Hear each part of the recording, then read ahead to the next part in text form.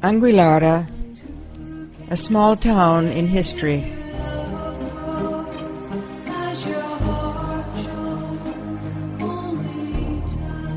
Anguillara Sabazia is on the southeastern shore of Lake Bracciano, built on a promontory over the lake, where its picturesque medieval profile is clearly in view.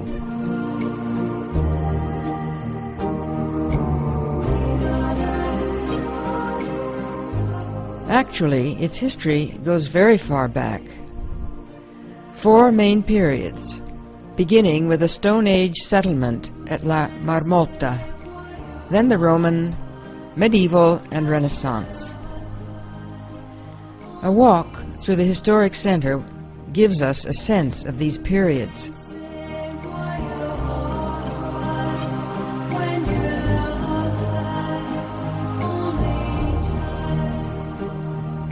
We begin our visit by going through the town gate with its medieval fortifications on either side, modified during the Renaissance. The gate was built during the 1500s, attributed to Giacomo del Duca. The Orsini coat of arms is above the door and the town clock at the top. The round stone was to mark the Orsini accession from the Anguillara family in 1496.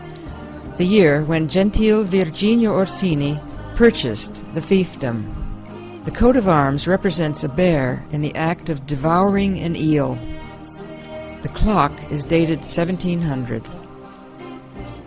Anguillara was a town of towers.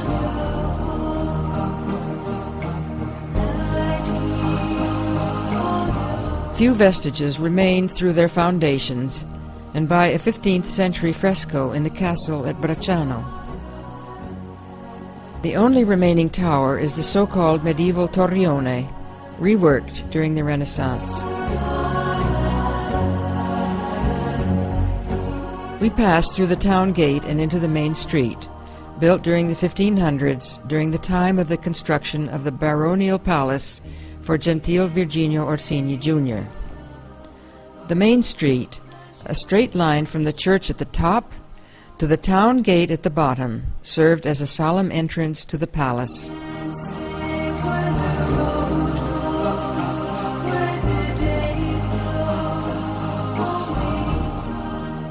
(1496 to 1548) was a period of great splendor for Anguillara.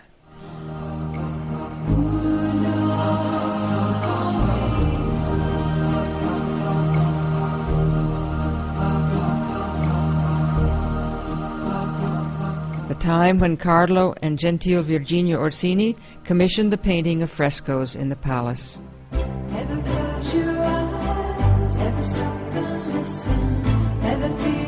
As we walk up the main street, we see a fragment of Roman sculpture in the wall above a door.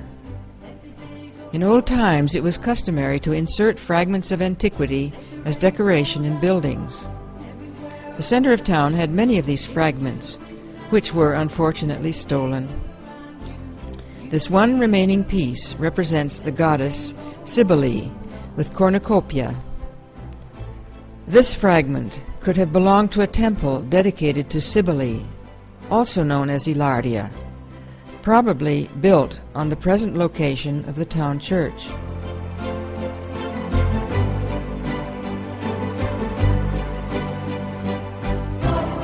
Another example of Roman times can be seen in a small tunnel, Via della Crunarella, opening into the main street. Still remaining is a section showing the Roman technique of wall construction, known as opus reticulatum. The wall was part of a villa of a noblewoman of the 1st century, Rutilia Polla. Her villa was called Anguillaria, from which the name of the town is derived and on which the town was built. Every summer song, every winter evening, every spring to blow, every autumn meeting. You don't need a reason, let it all go on and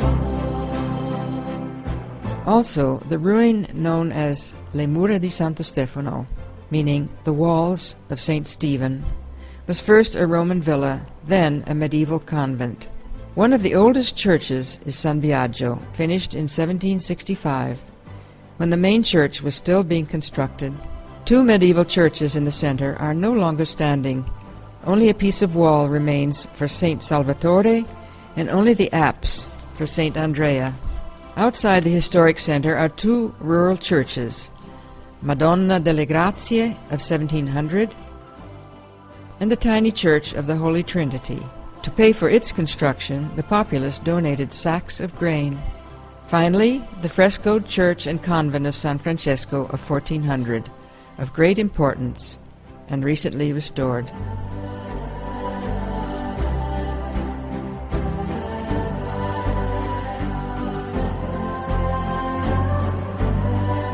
While walking through the alleys, you can occasionally observe above the doors of houses a decoration in the form of a rose, a symbol of the Orsini family. The inhabitants often were not aware of the historic significance of these decorations and destroyed them. In the alley called Gli Arcacci, the first hospital of Anguillara was located. Piazza of great importance to the town was Piazza del Lavatoio, meaning washing place, where the women did the laundry. Unfortunately, it was demolished and is now headquarters of the Red Cross. The main square in town is Piazza del Comune, the municipality.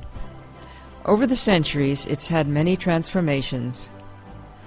On the left of the piazza is the Belvedere, decorated by the eel fountain, designed by the sculptor Giacometti.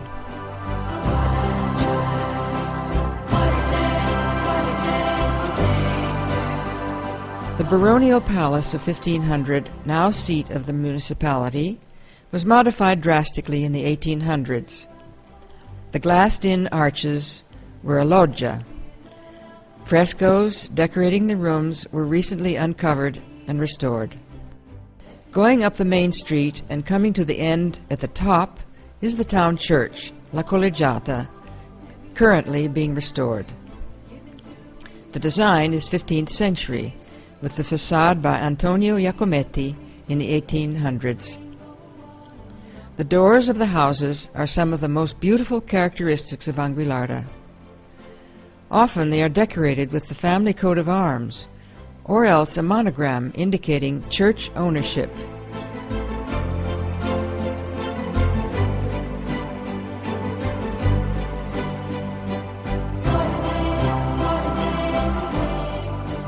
The main building in Anguillara is the baronial palace, now containing offices of the municipality, containing 3 important chambers. The council chamber is decorated with frescoes by painters who also worked in the Vatican. Giulio Romano is the attributed painter of the Nereids and Tritons, decorations similar to those of Mantova. The theme of water runs through the frescoes, as Gentile Virginio Orsini Jr., who commissioned them, was admiral of the pontifical fleet. 2 paintings are of significance as documents. The first represents the port of Naples before 1537, that is, before the city was enlarged during the second half of 1500. The second is of Venice, but due to humidity, it's practically illegible. During the 1800s, this room was separated with a wall and a false door. The second chamber, known as the Chamber of the Little Bears, with decorations of children playing with small bears and a frieze of roses symbolizing the Orsini coat of arms. The Chamber of the Loggia, overlooking the Piazza del Comune, with frescoes of the historic battles of Corfu and La Goletta. Gentile Virginio Orsini, as admiral of the pontifical fleet, conquered the Turks in these battles. The positioning of the ships in the Goletta battle scene is considered to be exact. Most probably the painter followed indications given by someone who had actually been in the battle.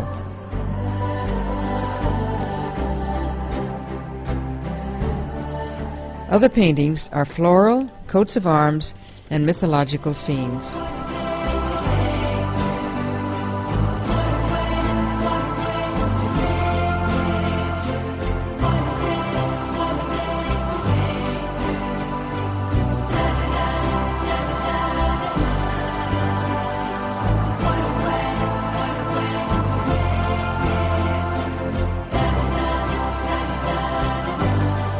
Gentile Virginio Orsini is portrayed in peasant clothes. Seated on a wine barrel, the figure is perhaps an allegory of autumn. The photos and text are the result of work carried out by students of the 3rd F grade, San Francesco Middle School of Anguillara Sabazia, during the school year 1999-2000.